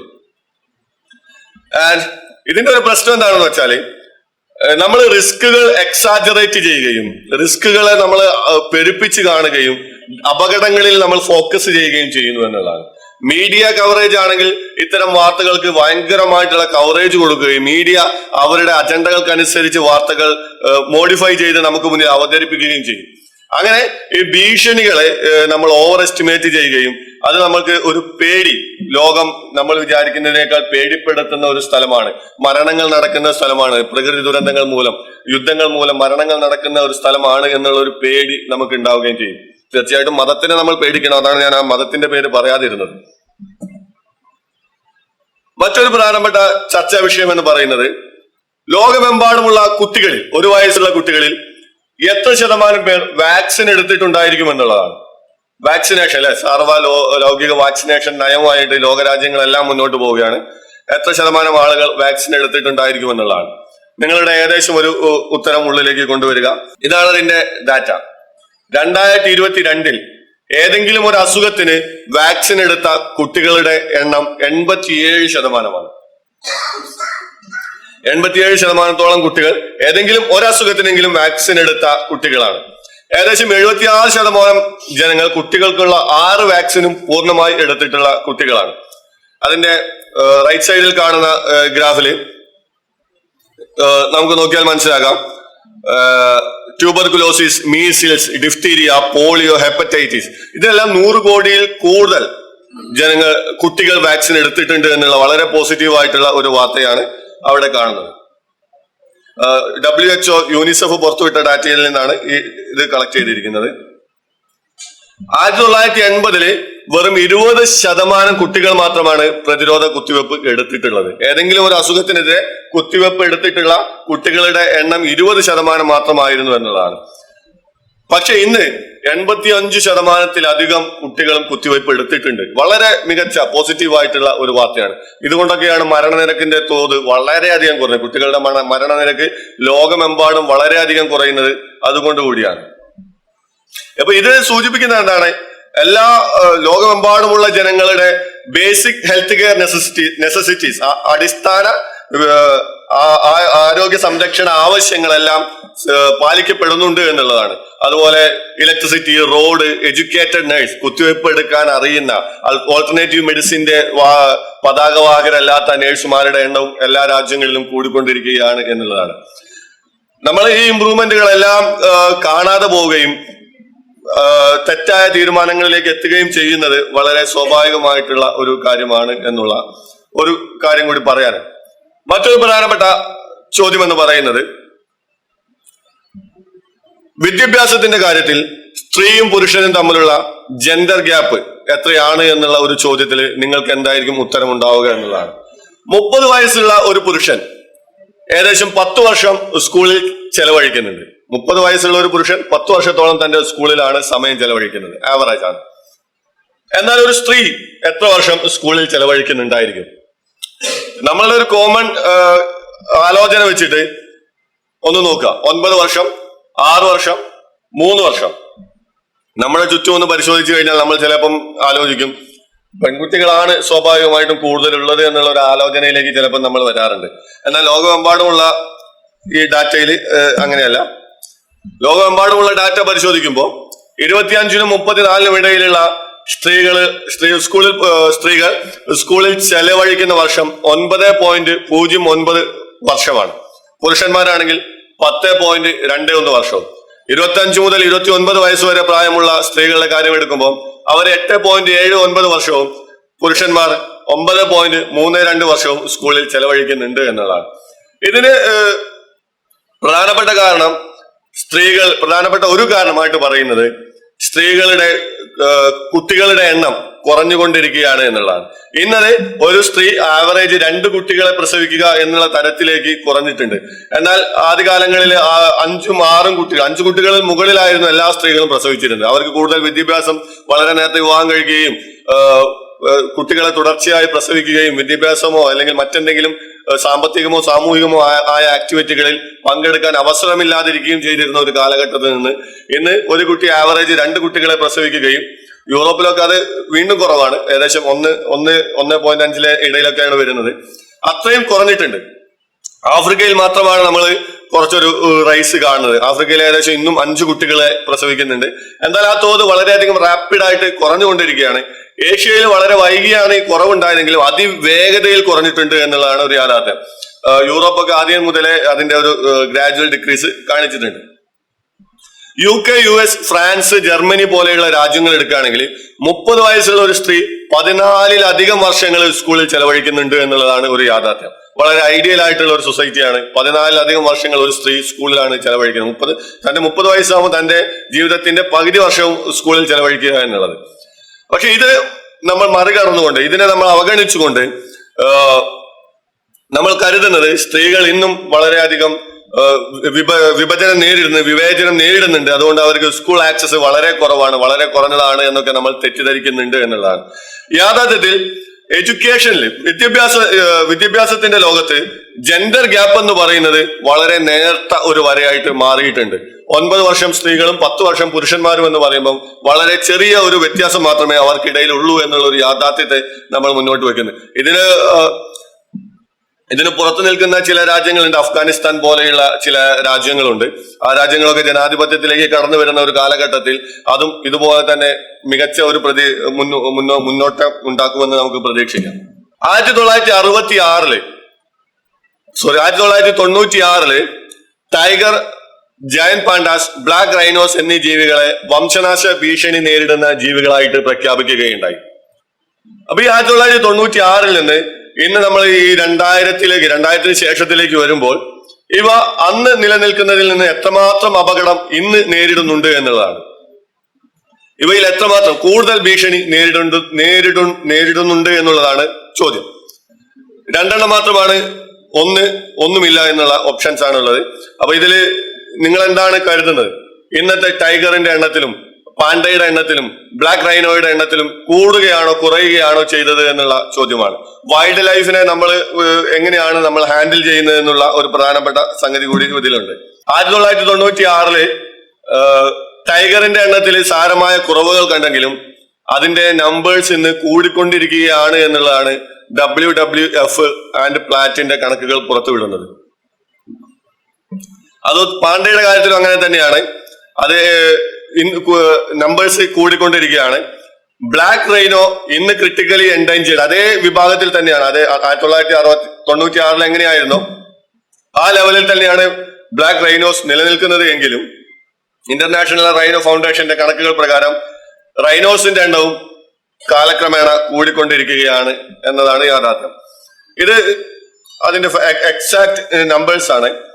ടൈഗറിന്റെ എണ്ണം 2016 3890 ആയിരുന്നത് 2023 5575 ആയിട്ട് വർദ്ധിച്ചു. വളരെ വലിയ വർധനവാണ് ഉണ്ടായത്. അത് ഏറ്റവും കൂടുതൽ ഇന്ത്യയിലും നേപ്പാളിലുമാണ്. അത് ഏകദേശം 70% ടൈഗേഴ്സ് ഇന്ത്യയിലും നേപ്പാളിലുമാണ് ജീവിക്കുന്നത് എന്നുള്ളതാണ് പത്രവാർത്തയാണത്. അതുപോലെ പാണ്ട പോപ്പുലേഷനിൽ 1985 കാലഘട്ടത്തിൽ നമ്മൾ എക്സ്റ്റിൻഷൻ പ്രഖ്യാപിക്കുന്നതിന് മുൻപുള്ള കാലഘട്ടത്തിൽ 1114 പാണ്ടകൾ ഉണ്ടായിരുന്നത് ഇന്നത് 1864 കാട്ടിൽ ജീവിക്കുന്ന പാണ്ടകളും ഏകദേശം 376 പാണ്ടകൾ നമ്മൾ വളർത്തുന്ന പാണ്ടകളും ഉണ്ടായി കഴിഞ്ഞു. ബ്ലാക്ക് റൈനോസ് ഇന്നും ഈ എക്സ്റ്റിൻഷൻ കാറ്റഗറിയിലാണ് പെടുന്നതെങ്കിലും അതിലും സാരമായിട്ടുള്ള ഇൻക്രീസ് ഉണ്ടായിക്കൊണ്ടിരിക്കുകയാണ് എന്നുള്ളതാണ് റൈനോസോർക്കൊക്കെ ചൂണ്ടിക്കാണിക്കുന്ന ഡാറ്റകൾ പറയുന്നത്. നമ്മൾ ഈ സിമ്പിൾ ആൻസേഴ്സിലേക്ക് പോകുമ്പോൾ ഫാക്റ്റുകളെ നമ്മൾ മറന്നു പോകുന്നു എന്നുള്ള ഒരു പ്രശ്നമാണ് ഇവിടെ ഉള്ളത്. അപ്പൊ നമ്മുടെ ഐഡിയാസ്, നമ്മൾ മുന്നോട്ട് വയ്ക്കുന്ന ആർഗ്യുമെന്റുകൾ ടെസ്റ്റഡ് ആയിരിക്കണം, റിഫൈൻഡ് ആയിരിക്കണം, വ്യത്യസ്ത കാഴ്ചപ്പാടുകളെ നോക്കിക്കാണുകയും ഡാറ്റകളെ പരിഗണിക്കുകയും ചെയ്തുകൊണ്ടായിരിക്കണം എന്നുള്ളത് വളരെ പ്രധാനപ്പെട്ട കാര്യമാണ്. സിംപ്ലിഫിക്കേഷൻ ചെയ്യുമ്പോൾ നമ്മൾക്ക് ബയാസുകൾ ഉണ്ടാവുകയും ആ ബയാസിന്റെ അടിസ്ഥാനത്തിൽ നമ്മൾ തെറ്റായ ധാരണകൾ രൂപപ്പെടുത്തുകയും ഒക്കെ ചെയ്യും. അപ്പൊ അത്തരം ധാരണകളെ ഒഴിവാക്കിക്കൊണ്ട് നമ്മൾ ഡാറ്റകളുടെ അടിസ്ഥാനത്തിൽ വ്യക്തമായും കൃത്യമായിട്ടുമുള്ള ആർഗ്യുമെന്റുകൾ രൂപപ്പെടുത്തുക എന്നുള്ളതാണ് പ്രധാനപ്പെട്ട കാര്യം. മറ്റൊരു ചോദ്യം, ഇന്ന് ലോക ജനസംഖ്യയിൽ എത്രമാത്രം ആളുകൾ ഇലക്ട്രിസിറ്റി ഉപയോഗിക്കുന്നുണ്ട്? ലോക ജനസംഖ്യയിൽ വൈദ്യുതി ആക്സസിബിൾ ആയിട്ടുള്ള എത്രമാത്രം ജനങ്ങളുണ്ട് എന്നുള്ളതാണ്. 20%, 50%, 90%. ഈ കണക്കില് നമ്മൾ എന്തായാലും 90%-ലേക്ക് എത്തുമെന്ന് എനിക്ക് തോന്നുന്നില്ല. പക്ഷെ യാഥാർത്ഥ്യം അതാണ്. 90%-ഓളം ആളുകൾക്കും ഇന്ന് വൈദ്യുതി ആക്സസിബിൾ ആണ് എന്നുള്ളതാണ്. 2022 കണക്കാണ്. 91% ആളുകളും വൈദ്യുതി എൻജോയ് ചെയ്യുന്നുണ്ട്, വൈദ്യുതി ആസ്വദിക്കുന്നുണ്ട് എന്നുള്ളതാണ്. 10-ൽ 9 ആളുകൾ വൈദ്യുതിയുമായി ബന്ധപ്പെട്ടാണ് ഇരിക്കുന്നത്. കഴിഞ്ഞ ഒരു 50 വർഷത്തിനിടയ്ക്ക് 90% ഗ്ലോബൽ പോപ്പുലേഷനും വൈദ്യുതി ഉപയോഗിക്കാനുള്ള പ്രാപ്തി നേടിയിട്ടുണ്ട്. അപ്പോ ലോകത്തിലുള്ള എല്ലാ ജനങ്ങളും വൈദ്യുതി ഉപയോഗിക്കുന്ന ഒരു കിനാശേരി നമുക്ക് സ്വപ്നം കാണാം എന്നുള്ളതാണ് ഡാറ്റകൾ പറയുന്നത്. എല്ലാവരും വൈദ്യുതി ഉപയോഗിക്കുന്ന, എല്ലാവരും ഫാനിന്റെ അടിയിൽ AC ഇട്ട് ജീവിക്കുന്ന ഒരു കാലഘട്ടത്തിലേക്ക് നമ്മൾ അടുത്തുകൊണ്ടിരിക്കുകയാണ്. അപ്പോ വൈദ്യുതി കറന്റിന് ഉണ്ട് എന്നുള്ളത് അവർക്ക് കണ്ടിന്യൂസ് ആയിട്ട് 24/7 വൈദ്യുതി കിട്ടുന്നുണ്ട് എന്നല്ല അർത്ഥമാക്കുന്നത്. നൈജീരിയ പോലെയുള്ള രാജ്യങ്ങളിൽ ഒരു ദിവസം 5 മണിക്കൂർ മാത്രമേ വൈദ്യുതി അവർക്കുള്ളൂ. അത് വളരെ ഏതാനും ചില രാജ്യങ്ങളിൽ മാത്രമേ അങ്ങനെയുള്ളൂ. പക്ഷെ മൊത്തത്തിൽ നമ്മൾ എടുക്കുമ്പോൾ വളരെ വലിയ ഇംപ്രൂവ്മെന്റ് ആണ് വൈദ്യുതിയുടെ കാര്യത്തിലും ഉണ്ടായിക്കൊണ്ടിരിക്കുന്നത്. ആൻഡ് ഇതുവരെ നമ്മൾ ലോകത്തിന്റെ മുന്നേറ്റങ്ങളെ കുറിച്ചാണ്, ലോകം എന്തുകൊണ്ട് ഏറ്റവും ബെറ്റർ ആയിട്ടുള്ള പ്രദേശമാണ് എന്നുള്ളതിനെ കുറിച്ച് മാത്രമാണ് സംസാരിച്ചത്. ഏതൊരു മേഖല എടുത്തു നോക്കിയാലും ലോകത്തിന്റെ മികച്ച കാര്യങ്ങൾ മാത്രമേ നമുക്ക് പറയാനുള്ളൂ. എന്നാൽ നമ്മൾ വറി ചെയ്യേണ്ട കുറച്ച് കാര്യങ്ങളുണ്ട്. ആ ഒരു കാര്യം നമ്മൾ പറഞ്ഞു, ഒന്ന് അത് മതമാണ്. മതം മൂലമുണ്ടാകുന്ന മരണങ്ങളുടെ നിരക്ക് മുൻപുള്ളതിനേക്കാൾ 3 ഇരട്ടിയായി വർദ്ധിക്കുകയാണ്. അതുപോലെ തന്നെ നമ്മൾ ഭയപ്പെടേണ്ട, വറി ചെയ്യേണ്ട കുറച്ച് കാര്യങ്ങളുണ്ട്. അതൊന്ന് ഗ്ലോബൽ പാൻഡമിക് ആണ്. അതിനെക്കുറിച്ച് കൂടുതലൊന്നും പറയേണ്ട ആവശ്യമില്ല. കാരണം കോവിഡ് വന്നപ്പോൾ നമുക്ക് സംഭവിച്ച കാര്യങ്ങളൊക്കെ വ്യക്തമായിട്ട് നമ്മൾ കണ്ടതാണ്. ഈ ട്രാവൽ ആൻഡ് ട്രേഡ്, യാത്രയും കച്ചവടവും ഒക്കെ പാൻഡമിക്കുകളെ വളരെ എളുപ്പത്തിൽ അതിർത്തികൾ കടത്തിവിടുകയും ലോകമെമ്പാടും വ്യാപിക്കുന്നതിന് കാരണമാവുകയും ചെയ്യും. ആളുകളെ വളരെ പെട്ടെന്ന് ബാധിക്കാൻ, അത്രയും മാരകമായ തോതിൽ ബാധിക്കുന്ന ഒരു തരത്തിലേക്ക് പാൻഡമിക്കുകൾ മാറുമെന്നുള്ള കാര്യത്തിൽ നമുക്കറിയാവുന്നതാണ്. അപ്പോൾ പാൻഡമിക് ഉണ്ടാകുമ്പോഴുള്ള പ്രശ്നം എന്താണെന്ന് ചോദിച്ചാൽ ആശുപത്രികൾ തിങ്ങി നിറയും. കോവിഡ് കാലത്ത് നമ്മൾ കണ്ടതാണ്. ആശുപത്രികൾ തിങ്ങി നിറയുകയും അവിടേക്ക് ഫെസിലിറ്റീസിന്റെ ഷോർട്ടേജുകൾ ഉണ്ടാവുകയും ചെയ്യും. സാമ്പത്തിക വ്യവസ്ഥയ്ക്ക് ബുദ്ധിമുട്ടുകൾ ഉണ്ടാകും. സപ്ലൈ ചെയിൻ ബുദ്ധിമുട്ടിലാകും. നമ്മൾ ആരോഗ്യത്തിൽ സ്പെൻഡ് ചെയ്യാനുള്ള സാധ്യതകൾ കുറയും. അതുമാത്രമല്ല ഡെയിലി ലൈഫിനെ തന്നെ അത് ബാധിക്കും. നമ്മുടെ സ്കൂളിൽ പോകുന്നതിനെ, യാത്ര ചെയ്യുന്നതിനെ എല്ലാം അത് നിയന്ത്രിച്ചു കൊണ്ടേയിരിക്കും. അപ്പോൾ ഗ്ലോബൽ പാൻഡമിക് നമുക്ക് ഒരു ഭീഷണിയായിട്ട് നിലനിൽക്കുന്ന ഒരു സംഗതിയാണ്. പക്ഷെ ഈ ഭീഷണിയെ നമ്മൾ വളരെ മനോഹരമായിട്ട് മറികടന്ന ഒരു ചരിത്രമാണ് നമുക്കുള്ളത്. കോവിഡിന്റെ കാലത്ത് ലോകമെമ്പാടുമുള്ള സയന്റിഫിക് ആയിട്ടുള്ള ആളുകളും ലോകമെമ്പാടുമുള്ള ഗവേഷകരും ഒക്കെ കൂടിച്ചേർന്നുകൊണ്ട് കോവിഡിനെതിരെ ഒറ്റക്കെട്ടായി പൊരുതി നമ്മൾ വിജയം കൈവരിച്ച ചരിത്രമാണ് നമുക്ക് പറയാനുള്ളത്. മറ്റൊന്ന് ക്ലൈമറ്റ് ചേഞ്ച് ആണ്. ക്ലൈമറ്റ് ചേഞ്ച് എന്ന് പറഞ്ഞാൽ നമുക്ക് എക്സ്ട്രീം വെതർ കണ്ടീഷൻസ് ഉണ്ടാവാനുള്ള സാധ്യതകൾ വളരെയധികം കൂടുതലാണ് എന്നുള്ളതാണ്. വളരെ മാരകമായിട്ടുള്ള കൊടുങ്കാറ്റുകൾ, പേമാരികൾ തുടങ്ങിയിട്ടുള്ള സീ ലെവൽ റൈസ് പോലെയുള്ള നമ്മുടെ ആവാസ വ്യവസ്ഥയെ തകിടം മറിക്കുന്ന രീതിയിലുള്ള വെതർ കണ്ടീഷൻസ് നമുക്ക് ഉണ്ടാകാനുള്ള സാധ്യതയുണ്ട് എന്നുള്ളതാണ്. ഇത് നമുക്ക് സാമ്പത്തികമായിട്ടും കുറേയധികം ബുദ്ധിമുട്ടുകൾ ഉണ്ടാക്കുകയും നമ്മുടെ ഇൻഫ്രാസ്ട്രക്ചറിനെ തന്നെ നെഗറ്റീവായിട്ട് ബാധിക്കുകയും അഗ്രികൾച്ചറിന്റെ കാര്യത്തെ അവതാളത്തിലാക്കുകയും ചെയ്യും. അതുപോലെ അത് ക്ലൈമറ്റ് ചേഞ്ച് മൂലമുണ്ടാകുന്ന വെതർ കണ്ടീഷൻ രോഗകാരിയായിട്ട് മാറുവാനും മലിനീകരണത്തിനും കാരണമാകുമെന്നുള്ള യാഥാർത്ഥ്യം കൂടിയുണ്ട്. അഗ്രികൾച്ചറൽ പ്രൊഡക്ടിവിറ്റി വളരെയധികം കുറയുകയും അതുമൂലം ഭക്ഷണത്തിനും വെള്ളത്തിനും ശുദ്ധജലത്തിനുമുള്ള ഷോർട്ടേജ് ഉണ്ടാവുകയും ചെയ്യും. സോഷ്യൽ ടെൻഷൻസ് ഉണ്ടായിരിക്കും. അതുമൂലം ഭയങ്കരമായിട്ടുള്ള സംഘർഷങ്ങൾക്കും സാധ്യതയുണ്ട് എന്നുള്ളതാണ്. പക്ഷെ ഈ കാലാവസ്ഥാ വ്യതിയാനത്തിന്റെ ബുദ്ധിമുട്ടുകൾ നേരിടുമ്പോഴും ഓരോ ഭരണകൂടവും വളരെ പോസിറ്റീവായി പ്രതികരിച്ചുകൊണ്ട് അതിനെയൊക്കെ മറികടക്കുന്ന കാഴ്ചകൾ നമുക്ക് ഉടനീളം കാണാൻ പറ്റും. കൊടുങ്കാറ്റുകളും പ്രളയവും ഒക്കെ ഉണ്ടാകുമ്പോൾ ഓരോ ഭരണകൂടവും എങ്ങനെയാണ് പ്രവർത്തിക്കുന്നത്, ഏറ്റവും മികച്ച രീതിയിലാണ് പ്രവർത്തിക്കുന്നത് എന്നുള്ളത് നമുക്ക് യാതൊരു സംശയവുമില്ലാതെ പറയാൻ പറ്റും. മറ്റൊന്ന് ഫിനാൻഷ്യൽ കൊളാപ്സ് ആണ്, സാമ്പത്തിക തകർച്ചകൾ. എല്ലാ രാജ്യങ്ങളുടെ ഇക്കോണമിയും പരസ്പരം ഇന്റർ കണക്റ്റഡ് ആയതുകൊണ്ട് ഒരു രാജ്യത്തുണ്ടാകുന്ന സാമ്പത്തിക തകർച്ച മറ്റെല്ലാ രാജ്യങ്ങളെയും നെഗറ്റീവായിട്ട് ബാധിക്കുവാനുള്ള സാധ്യത വളരെയധികമുണ്ട്. ഫിനാൻഷ്യൽ മാർക്കറ്റുകൾ അപകടത്തിലാകുമ്പോൾ വളരെ വലിയ തോതിൽ പാനിക് സെല്ലിങ്ങും അതുമൂലം ക്രാഷുകളും ഉണ്ടാകാനുള്ള സാധ്യത വളരെ കൂടുതലാണ്. അതുപോലെ ബാങ്കിങ് സിസ്റ്റത്തിന് പ്രശ്നങ്ങൾ ഉണ്ടാകുന്നത്, ബാങ്കിങ് സിസ്റ്റം അവതാളത്തിലാകുന്നത് വളരെ വലിയ പ്രതിസന്ധികളിലേക്ക് നമ്മുടെ സാമ്പത്തിക വ്യവസ്ഥയെ നയിക്കും. വളരെ വലിയ തോതിലുള്ള കടം വാങ്ങലുകൾ ഈ സാമ്പത്തിക വ്യവസ്ഥയിൽ വളരെ വലിയ പ്രത്യാഘാതങ്ങൾ സൃഷ്ടിക്കും. സാമ്പത്തികം ഒരു മേഖലയിലാണ് തകരുന്നതെങ്കിലും അത് ഗ്രാജ്വലി മറ്റു മേഖലകളെ കൂടി ബാധിക്കും. ഉദാഹരണമായിട്ട് പറയുകയാണെങ്കിൽ എംപ്ലോയ്മെന്റിനെ ബാധിക്കും. എംപ്ലോയ്മെന്റ് ഇപ്പൊ നമ്മൾ നേരിടുന്ന ഒരു ചെറിയ പ്രശ്നമുണ്ട്. അത്ര വിസിബിൾ അല്ലെങ്കിലും സാലറി ട്രഷറിയിലേക്ക് നമ്മൾ ഇടും, പക്ഷെ എടുക്കാൻ പറ്റില്ല എന്നുള്ള തരത്തിലുള്ള പ്രശ്നങ്ങളിലേക്ക്. ഇനിയിപ്പോ വീണ്ടും സാമ്പത്തിക പ്രതിസന്ധി മൂർച്ഛിക്കുമ്പോൾ സാലറി ട്രഷറിയിൽ ഇടുമില്ല, എടുക്കാൻ പറ്റുകയുമില്ല എന്നുള്ള തരത്തിലേക്ക് നമ്മൾ മാറും. അതുപോലെ ഇൻവെസ്റ്റ്മെന്റ്, നമുക്ക് ഇൻവെസ്റ്റ് ചെയ്യാനുള്ള ക്യാഷ് ഉണ്ടാവാത്ത അവസ്ഥയിലേക്ക് വരും. അങ്ങനെ ഫിനാൻഷ്യൽ കൊളാപ്സ് ഉണ്ടായാൽ നമ്മൾ നേരിടാൻ പോകുന്ന പ്രത്യാഘാതങ്ങൾ വളരെ വലുതാണ്. പക്ഷെ നമ്മൾ നേരത്തെ പറഞ്ഞതുപോലെ ലോകമെമ്പാടും ഇന്റർ കണക്റ്റഡ് ആയിട്ട് പ്രവർത്തിക്കുന്നത് കൊണ്ട് ഒരു രാജ്യത്തിന്റെ സാമ്പത്തിക പ്രതിസന്ധി എന്ന് പറഞ്ഞാൽ ലോക രാജ്യങ്ങളെല്ലാം കൂടി ഇടപെട്ടുകൊണ്ട് അത് മറികടക്കാനുള്ള ശ്രമങ്ങൾ ഉടനെ തന്നെ ആരംഭിക്കുമെന്നുള്ള വളരെ പോസിറ്റീവായിട്ടുള്ള കാര്യമുണ്ട്. മറ്റൊന്ന് വേൾഡ് വാർ തേർഡ് ആണ്. നിങ്ങൾ പലപ്പോഴും കേട്ടിട്ടുണ്ടായിരിക്കും വേൾഡ് വാർ തേർഡിനെ പറ്റി. രണ്ടാം ലോക മഹായുദ്ധം കഴിഞ്ഞ് അമേരിക്കയുടെയും സോവിയറ്റ് യൂണിയന്റെയും രണ്ട് കക്ഷികളായിട്ട് എതിർ ചേരികളായിട്ട് നിലനിന്ന കാലഘട്ടം മുതൽ നമ്മൾ സംസാരിക്കുന്നതാണ് മൂന്നാം ലോക മഹായുദ്ധത്തിനെ പറ്റി. പക്ഷെ ഇന്ന് വരെ നമുക്ക് അത്തരമൊരു മൂന്നാം ലോക മഹായുദ്ധത്തിനെ കുറിച്ച് സംസാരത്തിൽ മാത്രം ഒതുങ്ങി നിൽക്കുന്നു എന്നുള്ളത് വളരെ നല്ലൊരു കാര്യമാണ്. ഇന്നും രാജ്യങ്ങൾ തമ്മിലുള്ള ടെൻഷൻസ് വളരെ അധികമാണ്. ഇസ്രായേൽ പാലസ്തീൻ, റഷ്യ ഉക്രൈൻ എന്ന് പറയുന്നത് പോലെ രാജ്യങ്ങൾക്കിടയിലുള്ള ടെൻഷൻ വളരെ അധികമാണ്.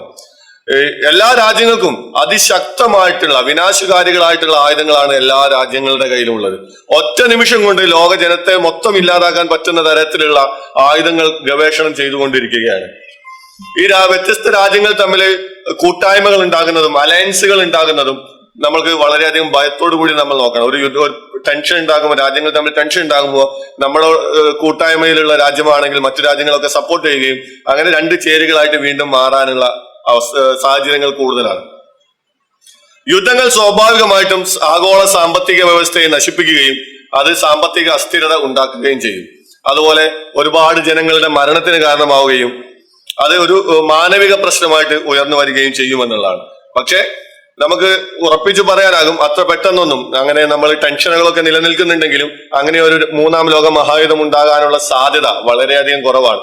വ്യത്യസ്ത രാജ്യങ്ങളിൽ ഇൻവെസ്റ്റ്മെന്റ് ചെയ്തിട്ടിരിക്കുന്നത് കൊണ്ട് ഏതെങ്കിലും ഒരു രാജ്യത്തുണ്ടാകുന്ന യുദ്ധം പോലും എങ്ങനെ മറികടക്കാമെന്ന് ലോക നേതാക്കളൊക്കെ കൂടി ചർച്ച ചെയ്തുകൊണ്ടിരിക്കുന്ന ഒരു കാലഘട്ടത്തിലാണ് നമ്മൾ നിൽക്കുന്നത് എന്നുള്ളതാണ് ഏറ്റവും പോസിറ്റീവായിട്ടുള്ള കാര്യം. മറ്റൊന്ന് സൈബർ അറ്റാക്കാണ്. സൈബർ അറ്റാക്കിനെ കുറിച്ച് നമുക്കറിയാം. നമ്മുടെ പേഴ്സണൽ ആയിട്ടുള്ളതും സാമൂഹികമായിട്ടുള്ള ഡാറ്റകൾ എളുപ്പത്തിൽ ചോർത്തിയെടുക്കാൻ പറ്റുന്ന തരത്തിലുള്ള സൈബർ അറ്റാക്കുകൾ പലയിടത്തും നമ്മൾ കണ്ടതാണ്. പല സൈബർ അറ്റാക്കുകളും വളരെ വിദൂര ദേശങ്ങളിൽ നിന്ന് നമ്മുടെ റിമോട്ട് ഏരിയയിലേക്ക് വരെ അറ്റാക്ക് ചെയ്യാൻ പറ്റുന്ന തരത്തിലേക്ക് ടെക്നോളജി വളർന്നിട്ടുണ്ട് എന്നുള്ളതാണ്. യഥാർത്ഥത്തിൽ നമ്മൾ ടെക്നോളജിയെ നമ്മൾ വളരെ വലിയ തോതിൽ ആശ്രയിക്കുന്നുണ്ട്. ഇന്നത്തെ ഒരു സമൂഹത്തിൽ അത് ഇല്ലാതെ നടക്കില്ല. പക്ഷെ ഇങ്ങനെ ഒരു അറ്റാക്ക് ഉണ്ടായി കഴിഞ്ഞാൽ സംഭവിക്കുന്നത് എന്താണ്? നമ്മുടെ ഫിനാൻഷ്യൽ സിസ്റ്റവും ട്രാൻസ്പോർട്ടേഷൻ സിസ്റ്റവും മറ്റുമൊക്കെ തകരാറിലാവുകയും അത് അവർക്ക് എളുപ്പത്തിൽ, ഈ അറ്റാക്ക് ചെയ്യുന്ന ആളുകൾക്ക് എളുപ്പത്തിൽ പേഴ്സണൽ ആൻഡ് സെൻസിറ്റീവ് ആയിട്ടുള്ള ഇൻഫർമേഷൻ മോഷ്ടിക്കാൻ കഴിയുകയും അത് അവർ ദുരുപയോഗം ചെയ്യാൻ സാധിക്കുകയും ചെയ്യും. അതുമൂലം സാമ്പത്തികമായിട്ട് നഷ്ടമുണ്ടാകും, ബിസിനസ്സിൽ നഷ്ടമുണ്ടാകും, വ്യക്തികൾക്ക് നഷ്ടമുണ്ടാകും. നമ്മളെപ്പോഴും ചർച്ച ചെയ്തുകൊണ്ടിരിക്കുന്ന ആധാർ കാർഡിന്റെ കാര്യത്തിലൊക്കെ ചർച്ച ചെയ്തുകൊണ്ടിരിക്കുന്ന ഒരു വിഷയമാണ് വ്യക്തിഗതമായിട്ടുള്ള വിവരങ്ങൾ ചോർത്തിയെടുക്കുന്നത് കൊണ്ടുള്ള പ്രശ്നങ്ങൾ. നിരന്തരം നമ്മൾ അത് ചർച്ച ചെയ്യുകയും പുസ്തകങ്ങളിൽ വായിക്കുകയും ഒക്കെ ചെയ്തിട്ടുള്ളതാണ്. അതുപോലെ രാജ്യസുരക്ഷയുമായി ബന്ധപ്പെട്ട വിവരങ്ങൾ മോഷ്ടിക്കുന്നതും അത് നാഷണൽ സെക്യൂരിറ്റിയെ തന്നെ ബാധിക്കുകയും ചെയ്യുമെന്നുള്ളതും ഇതിന്റെ ഒരു വസ്തുതയാണ് എന്നുള്ളതാണ്. അപ്പോ ലോകമെമ്പാടും നമ്മൾ പുരോഗമനം കണ്ടുകൊണ്ടിരിക്കുമ്പോഴും മതം പോലെയുള്ള യുദ്ധങ്ങളും സൈബർ അറ്റാക്കുകളും പാൻഡമിക്കുകളും ഒക്കെ നമുക്ക് ഇന്നും പേടിക്കാനുള്ള ഒരു കാരണമായിട്ട് നിലനിൽക്കുന്നുണ്ട്. നമ്മൾ ശ്രദ്ധിച്ചു നോക്കിയാൽ മനസ്സിലാക്കാം നമ്മൾ എന്തുകൊണ്ടാണ് ഇത്തരത്തിൽ തെറ്റായിട്ടുള്ള ഒരു കാഴ്ചപ്പാട് രൂപീകരിക്കുന്നത്. റീസെന്റ് ആയിട്ട് പറയുമ്പോൾ കഴിഞ്ഞ തവണ ഒരു സ്ത്രീ താൻ അക്യുപങ്ക്ചർ പ്രകാരം അക്യുപങ്ക്ചറിന്റെ ട്രീറ്റ്മെന്റിൽ പ്രസവിച്ചു, അത് സുഖപ്രസവമായിരുന്നു എന്ന് പറഞ്ഞ് അതിനെ വളരെ ഗ്ലോറിഫൈ ചെയ്തുകൊണ്ട് ഫേസ്ബുക്ക് പോസ്റ്റ് ഇടുകയും അത് വളരെ വലിയ ന്യൂസ് ആവുകയും ചെയ്യുന്നുണ്ടായിരുന്നു. അപ്പൊ ഈ ന്യൂസ് സംഭവിച്ചത് എന്താണ്? പിന്നീട് നമ്മൾ ഫേസ്ബുക്കിലും ഇൻസ്റ്റാഗ്രാമിലും യൂട്യൂബിലും ഒക്കെ നിരന്തരം ആളുകൾ ഈ കാര്യം ഷെയർ ചെയ്യുകയും വളരെ വലിയ റീച്ച് അതിന് ലഭിക്കുകയും ചെയ്യും. എന്നാൽ ഇതിന്റെ ഇത്തരത്തിൽ ഡെലിവറി എടുക്കുന്നത് കൊണ്ടുള്ള പ്രശ്നങ്ങൾ ചർച്ച ചെയ്യുമ്പോഴേക്കും ഇത് ഒരുപാട് പേര് ഡിസ്കസ് ചെയ്തിട്ടുണ്ടായിരുന്നു. അപ്പൊ പുറമേ നിന്ന് നോക്കുന്ന ഒരാൾ വിചാരിക്കും ഇവിടെ മൊത്തം അക്യുപങ്ക്ചറിലാണ്, അക്യുപങ്ക്ചർ വളരെ നല്ലൊരു സംഗതിയാണ് എന്നുള്ള ഒരു ധാരണയിലേക്ക് അവരെത്തും. ഈ കേരള സ്റ്റോറി എന്ന് പറയുന്ന സിനിമ ഇറങ്ങിയപ്പോഴും നമ്മൾ ഇത്തരത്തിലൊരു സാഹചര്യം കണ്ടതാണ്. അതിലെ വസ്തുത എന്താണ് എന്ന് അറിയുന്നതിനേക്കാൾ മുമ്പ് രാജ്യമെമ്പാടുമുള്ള ആളുകൾ വിചാരിച്ചിരുന്നത് കേരളത്തിൽ മൊത്തം പെൺകുട്ടികളും ഐസിസിലേക്ക് റിക്രൂട്ട് ചെയ്യപ്പെടുകയാണ് എന്നുള്ള ഒരു തെറ്റിദ്ധാരണയിലേക്ക് അവർ എത്തിയിട്ടുണ്ടായിരുന്നു. ഇത്തരത്തിൽ മീഡിയ അത് ചെയ്യുന്നത് അവരുടെ വാർത്തകൾ സെല്ല് ചെയ്യപ്പെടാനും അവർക്ക് ഇൻകം രൂപീകരിക്കാനും വേണ്ടിയാണെങ്കിൽ കൂടി ഇത്തരത്തിലുള്ള വാർത്തകൾ കൂടുതൽ ശ്രദ്ധ കിട്ടുന്നതും കൂടുതൽ സെൻസേഷണലൈസ് ആകുന്നതും നമ്മുടെ തെറ്റായ ധാരണകൾ രൂപീകരിക്കാൻ കാരണമാകും എന്നുള്ളതാണ് ഒരു യാഥാർത്ഥ്യം. അപ്പോൾ നമ്മൾ ഇതുവരെ പറഞ്ഞത് 80%, 90% മുന്നേറ്റങ്ങൾ നമ്മുടെ ലോകമെമ്പാടും ഉണ്ടാകുന്നതിനെ കുറിച്ചാണ് നമ്മൾ പറയുന്നത്. ഇനി ഒരു 10%, 20% മുന്നേറ്റങ്ങൾ കൂടിയാണ് നമുക്ക് ഉണ്ടാകാനുള്ളത്.